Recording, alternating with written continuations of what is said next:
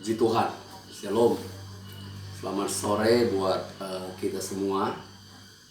Firman Tuhan sore yang indah ini saya ambil di dalam 1 Tesalonika 5 ayat yang ke-23. Berbunyi demikian firman Tuhan. Jauhkanlah dirimu dari segala jenis kejahatan. Puji Tuhan. Ini nasihat Rasul Paulus kepada jemaat yang ada di Tesalonika pada waktu itu. Nah, hari ini nasihat juga yang sama firman Tuhan sampaikan kepada kita. Akhir-akhir ini kita dikejutkan, kita dicemaskan, dikhawatirkan, ditakutkan dan diintimidasi oleh yang namanya virus corona atau COVID-19.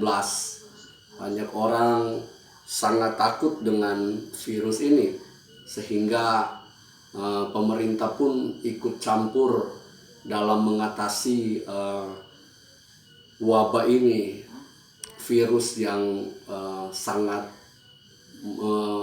membuat kita ketakutan di hari-hari ini.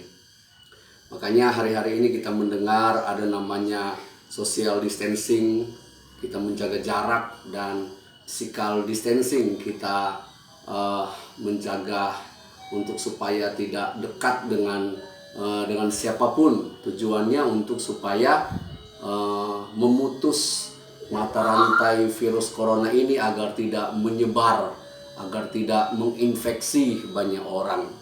Nah, itu virus yang ditakutkan di luar sana hari-hari ini. Tetapi sadarkah kita sebagai orang yang percaya ada satu virus yang lebih mengerikan daripada virus corona ini? Virus yang saya maksud adalah virus dosa. Makanya firman Tuhan sore yang indah ini tercatat agar supaya kita menjauhkan diri dari segala jenis kejahatan. Bicara kejahatan berarti kita bicara dosa. Firman Tuhan katakan dosa adalah pelanggaran terhadap hukum Allah.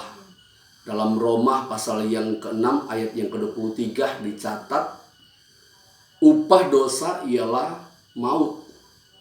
Dan di dalam Yakobus 1 ayat yang ke-15 dikatakan, ketika dosa itu sudah matang maka ia melahirkan maut. Nah, sebagai orang yang percaya, kita tidak perlu takut dengan yang namanya virus corona.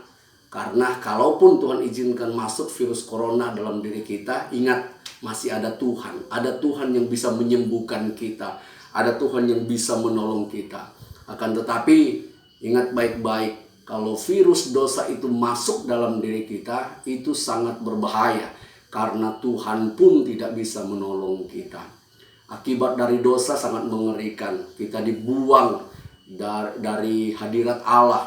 Kita dikeluarkan dari Taman Eden. Kita tidak mendapatkan bagian dalam kerajaan sorga. Tuhan tidak berkenan atas hidup kita. Oleh karena itu, mari umat Tuhan, biarlah virus dosa tidak masuk dalam diri kita. Karena virus dosa membuat kita akan sengsara. Dan virus dosa akan membuat kita mati dan binasa. Tidak perlu takut dengan virus corona, tetapi takutlah kita ketika virus dosa masuk dalam diri kita. Nah, virus dosa itu masuk lewat keinginan-keinginan kita. Keinginan mata, keinginan daging. Virus dosa itu masuk lewat pikiran kita, pikiran yang tidak berkenan kepada Tuhan. Virus dosa itu masuk lewat perbuatan kita yang tidak benar di hadapan Tuhan. Virus dosa itu masuk lewat perkataan kita, perkataan yang tidak memberkati.